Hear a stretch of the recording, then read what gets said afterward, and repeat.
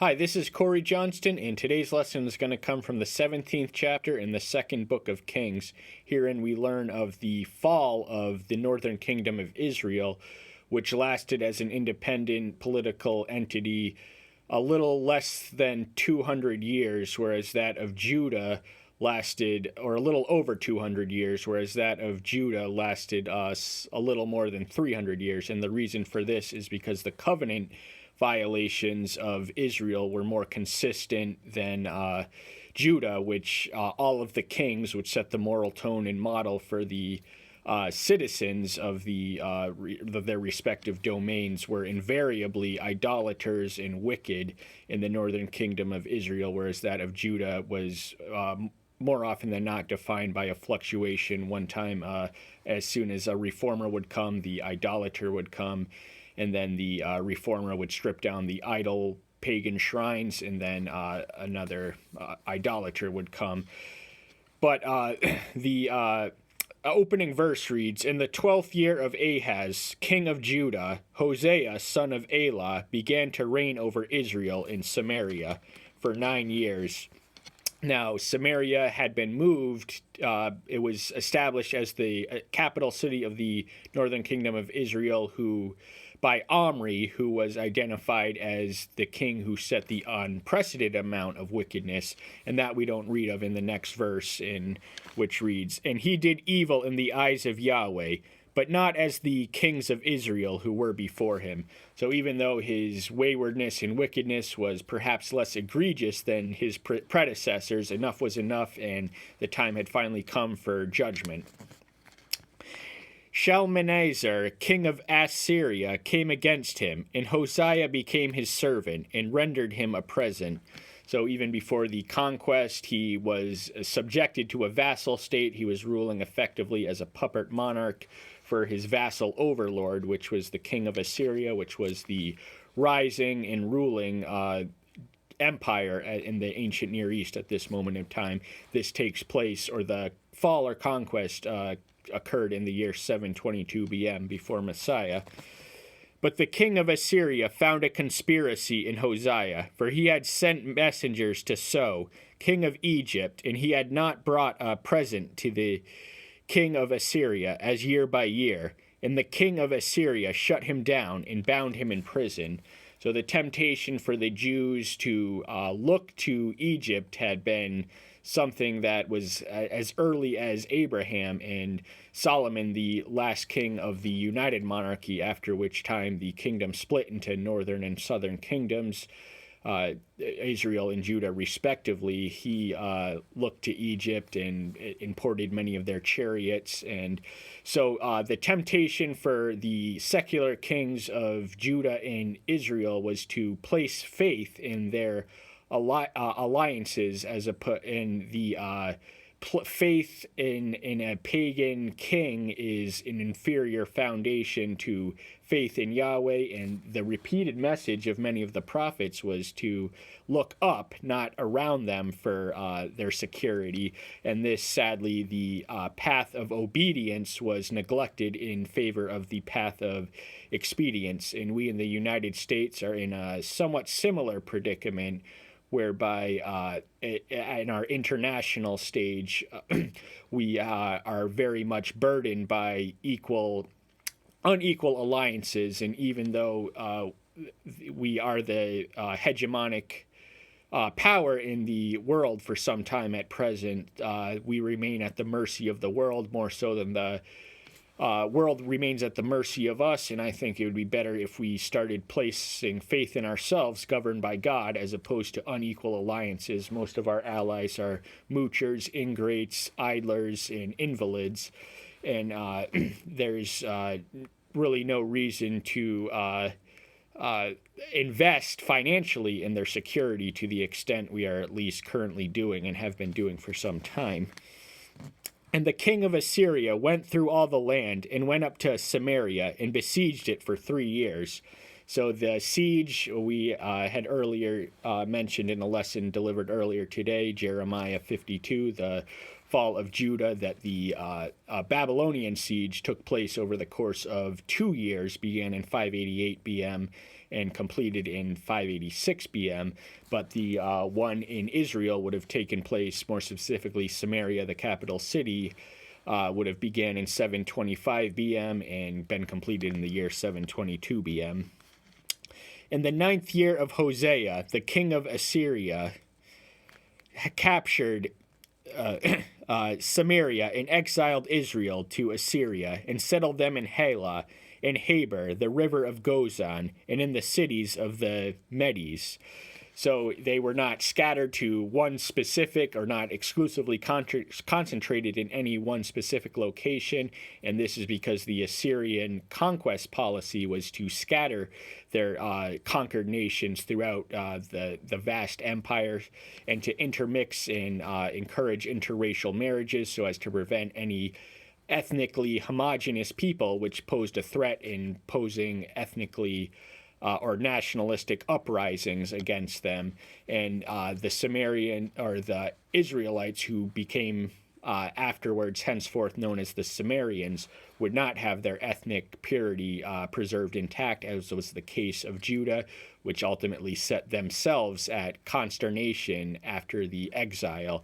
The Judeans refused to accept their claim as sons of Abraham, and this was the source of consternation, which lasted well into the New Testament period. But the assembly finally and fully broke down the walls, observing neither racial, socioeconomic, or gender barriers, restrictions, or exclusions. And it is Philip, the evangelist, whose deeds are described in the 8th chapter of Acts, who completes the evangelism of Samaria for the new faith. Now this came to be because the children of Israel had sinned against Yahweh their Elohim, who brought them out of the land of Egypt, from under the hand of Pharaoh, king of Egypt, and revered other mighty ones. So the foundation of the Decalogue is rooted in their liberation from Egypt, and they were henceforth commanded to not to give exclusive worship to Yahweh and not bow down or construct idols for which would compromise the exclusive devotion which was by right their due. And they always had a longing for Egypt, beginning in the Exodus generation, whereby the nature of one of their murmuring incidents is that the dietary items which they had access to as slaves in Egypt were more delicious than the manna which was sent from heaven, and that remained very much intact up until the alliances. Now Judah also was tempted to side themselves in alliances with Egypt and Assyria, which by the time they were subsumed not long before, the three reigning geopolitical imperial entities were Egypt, Assyria, and Babylon. But Babylon triumphed over the respective rivals not long before they subsumed the weaker nation of Judah.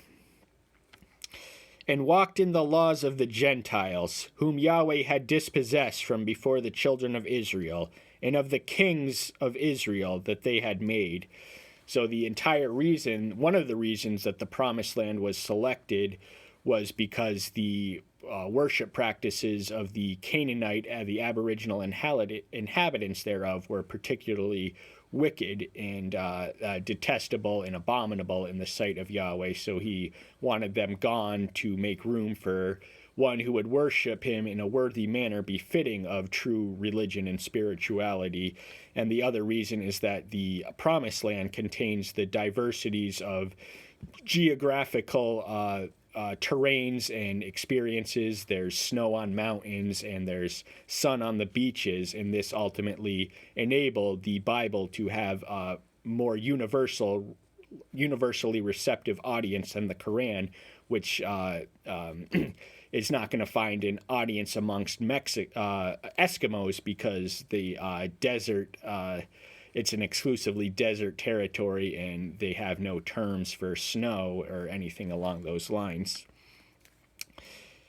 And the children of Israel secretly did matters against Yahweh their Elohim that were not right, and they built for themselves high places in all their cities, from watchtowers unto the walled cities. Now, the word secretly is curious here. One, because Yahweh knows all and sees all. He is omnipresent and omniscience, the attributes of capable of being everywhere at once, and the attribute of unlimited or infinite knowledge, respectively. So there's no secret that we can do, and they had moved from secret to publicity. They built publicly the high places and pagan shrines, not dissimilar from the pagan people who they had largely displaced. And with each passing generation, their moral decline progressed inexorably till Yahweh had enough and sent them away. And put up for themselves pillars and Asherim on every high hill and under every green tree, and burned incense there on all the high places, like the Gentiles whom Yahweh had removed from their presence.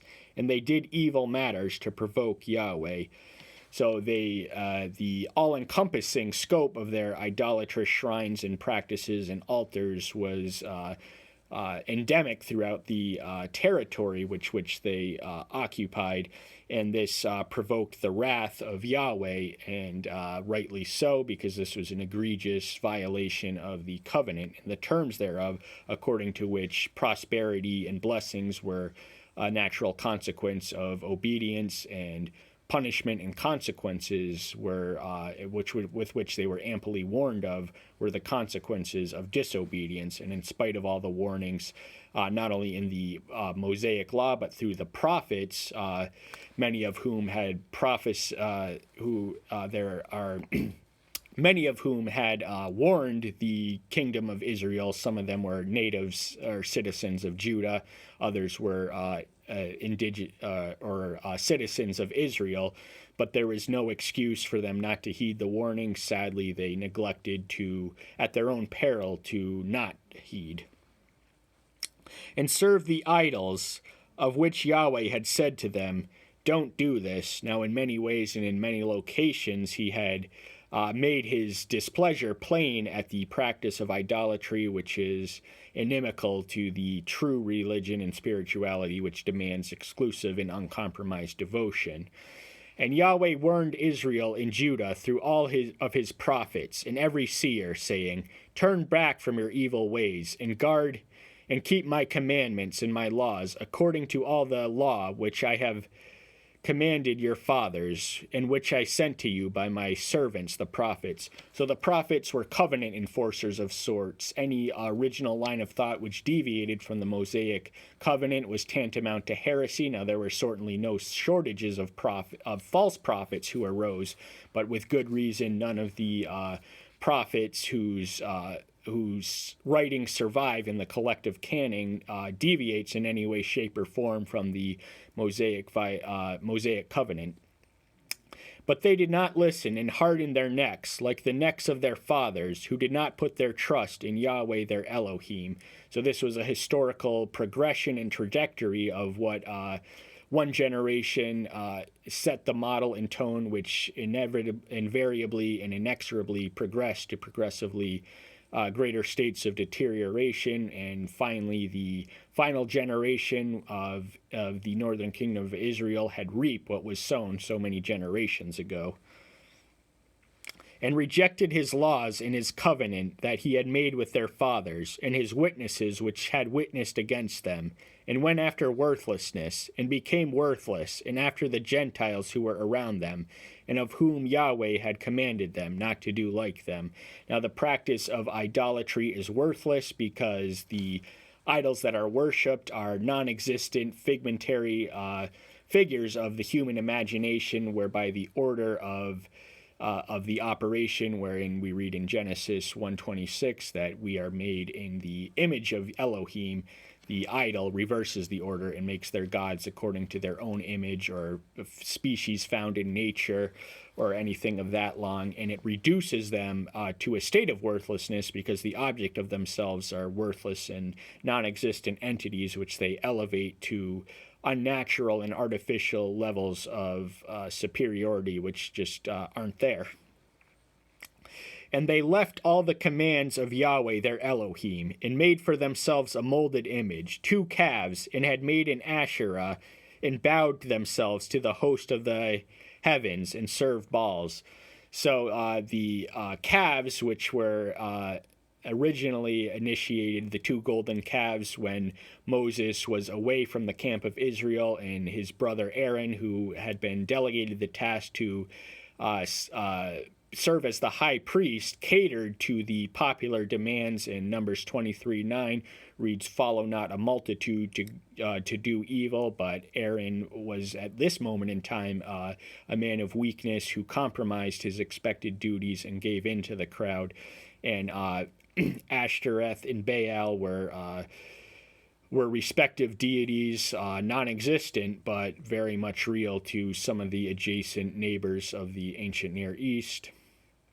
And caused their sons and daughters to pass through the fire, and practice divination and sorcery, and sold themselves to do evil in the eyes of Yahweh to provoke them. Now, the practice of child sacrifices, the main god to whom that practice was devoted to was the god of Molech, and it is something which is very much endemic in our own culture. There's something, the number one annual killer in the United States is abortion, which claims the lives of an annual average of 1.6 million, and they are sacrificed to the god of convenience. So Yahweh was very enraged with Israel, and removed them from his presence. None was left but the tribe of Judah alone. So Judah did not struggle, at least not consistently so, with repeated and egregious covenant violations. By this time, Ahaz was ruling, and I believe he was one of the good kings, but sadly that would not define all of his successors or predecessors. Judah also did not keep the commands of Yahweh their Elohim, but walked in the laws of Israel, which they made. So Judah was slightly less guilty, at least not as consistently so, as their northern neighbor, and they would experience the same fate some a little over a century and a quarter later in 586 BM. And Yahweh rejected all the seed of Israel, and afflicted them, and gave them into the hands of the plunderers, until he had cast them out from his presence. So the universality is indicated by the three-letter word all. So everyone in Israel was not spared, even the righteous few who may have still existed. And by the time of Elijah, who was the greatest prophet in the kingdom of Israel, as measured by the wonders and miracles he wielded, there were still left 7,000 worshippers of Yahweh, and one of his complaints, he was a man prone to moments of despair, was that he thought he was the only one who remained devoted to the true worship of Yahweh. But at this moment in time, sadly, group punishment was necessary and appropriate. For he tore Israel from the house of David, and they made Jeroboam, son of Nebat, king, and Jeroboam drove Israel from following Yahweh and made them commit a great sin. So this pattern was established by the original king Jeroboam, who's in this translation, most of the J's are preceded with Y's. J was not a letter in the original Hebrew or Greek language. But he had established the pattern of idolatry, which would ultimately set his path, the nation he founded, on the path of ruin. And the children of Israel walked in all the sins of Jeroboam, which he did. They did not turn away from them. So the pattern essentially established an unending continuum from which they would not depart from all the way up until this time, and enough was enough, and the retribution was the righteous response, and wrathful retribution was the righteous response from Yahweh at this moment in time, until Yahweh removed Israel from his presence, and as he spoke by his servants the prophets. So Israel is exiled from their land to Assyria, as it is this day. So they were exiled, not the land of Assyria was more extensive than the native land. It was an empire which consumed neighboring nations and the bulk of the ancient Near East, and they neglected the warnings of the prophets that he had graciously provided to remind them of the covenant path to which their obedience was owed. And the kings of Assyria brought people from Babel, and from Cutha, and from Awa, and from Hamath, and Sephariah, and placed them in the cities of Samaria instead of the children of Israel. And they took possession of Samaria and dwelt in its cities. So not only were the northern tribes of Israel exiled and scattered through the land, but true to the Assyrian resettlement policy, many foreigners from the various locations mentioned in the verse we just read were spread and settled into the land of Samaria, which by extension would have included not only the city, but the nation of Israel. And it came to be at the beginning of their dwelling there that they did not fear Yahweh, and Yahweh sent lions among them, which kept on slaying among them.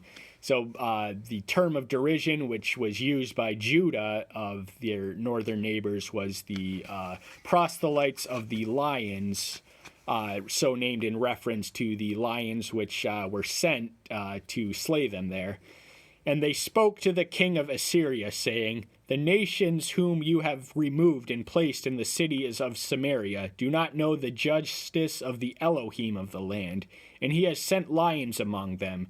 And see, they are slaying among them, because they do not know the justice of the Elohim of the land."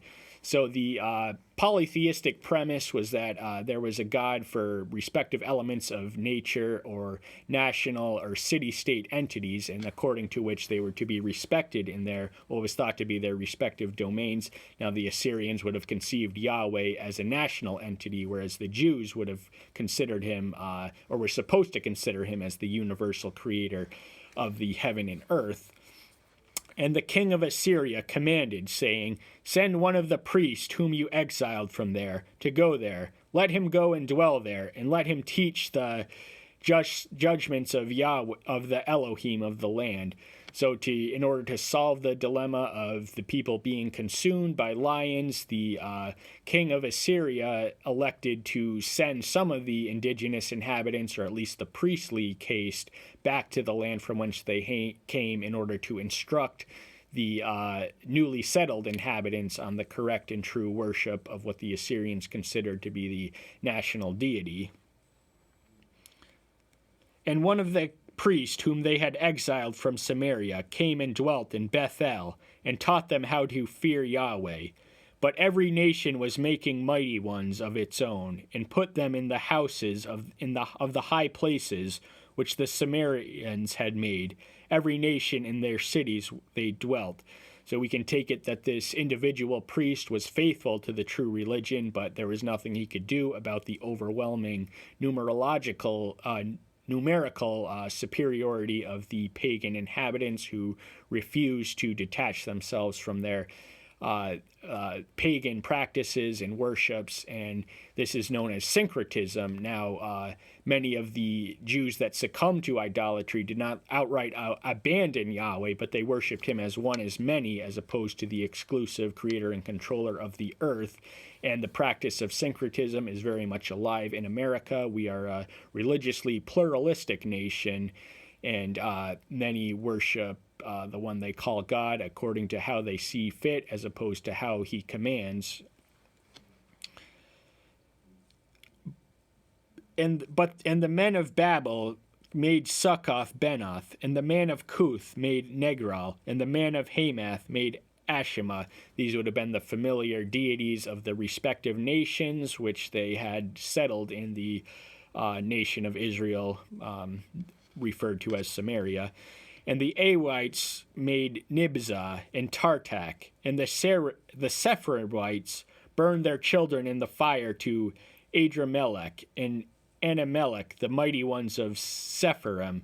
So the practice of child sacrifice was not exclusively limited to the worshippers of Molech, but herein we read that it was also Adramelech, who was another one, and the practice of child sacrifice was practiced or pursued by the Judean king of Manasseh, who set the standard, and so wicked were his actions that the path of waywardness which he had set the nation on is credited as the precipitation of their conquest and captivity.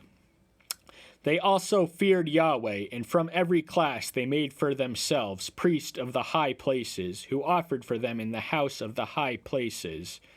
They were fearing Yahweh, and they were serving their own mighty ones, according to the rulings of the nation, from among whom they had been exiled.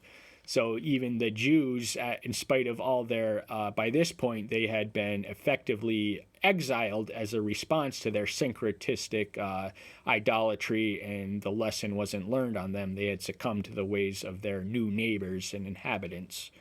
To this day they are doing according to the former rulings. They are not fearing Yahweh, nor do they follow their laws or their right or their just judgments or the law and commandments which Yahweh had commanded the children of Jacob, whose name he made Israel.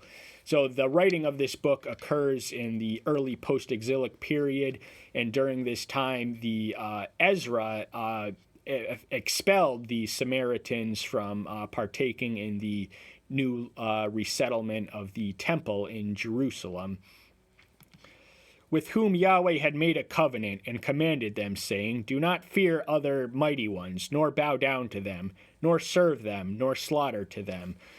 So they were not only to not worship them or in any way, shape, or form, or serve them or sacrifice to them, and these were the exclusive loyalties and devotions which were by right owed to Yahweh.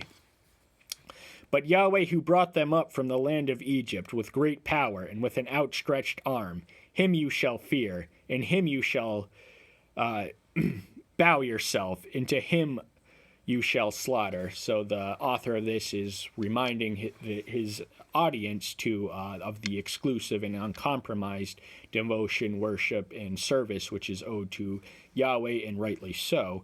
He is, after all, the one who had liberated them from the pagan nation of Egypt, and they found themselves once more at the mercy of a foreign oppressor in a foreign land, and their oppression extended to the native land from which they hailed. And keep to do forever the laws and the judgments and the law and the commandments which he wrote for you, and do not fear other mighty ones. So there's no expiration date on the terms of the covenant, even though they had been effectively exiled in accordance to those terms. They remained bound by the standards and principles and precepts espoused therein. And do not forget the covenant that I have made with you, and do not fear other mighty ones.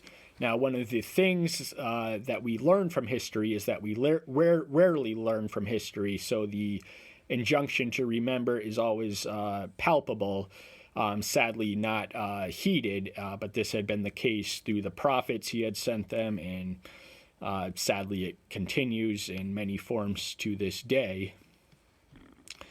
And fear Yahweh your Elohim, so that he delivers you from the hand of all your enemies. So the possibility or the potentiality of deliverance from these newly empowered foreign oppressors was very much a possibility at this point, according to the same terms of the same covenant, which they had neglected to heed, which resulted in them finding themselves in the predicament which they were in at this present moment in time. But they did not obey and did according to their former rulings. So sadly, they had the warning and the opportunity and the invitation, which they neglected to make the most out of. So these nations were fearing Yahweh and served their carved images, both their children and their children's children, as their fathers did. They are doing to this day. So remember, this was written in the early post-exilic period, and the practices which had resulted in their exile and elimination as an independent sovereign nation were very much in an unbroken continuum by the early post-exilic period, and this resulted in a animosity and ultimate separation between the Judeans and the Samaritans, to whom they were henceforth referred to after this moment in time. And that's all the time we have for today. Thank you so much. Tune in next time. Bye-bye.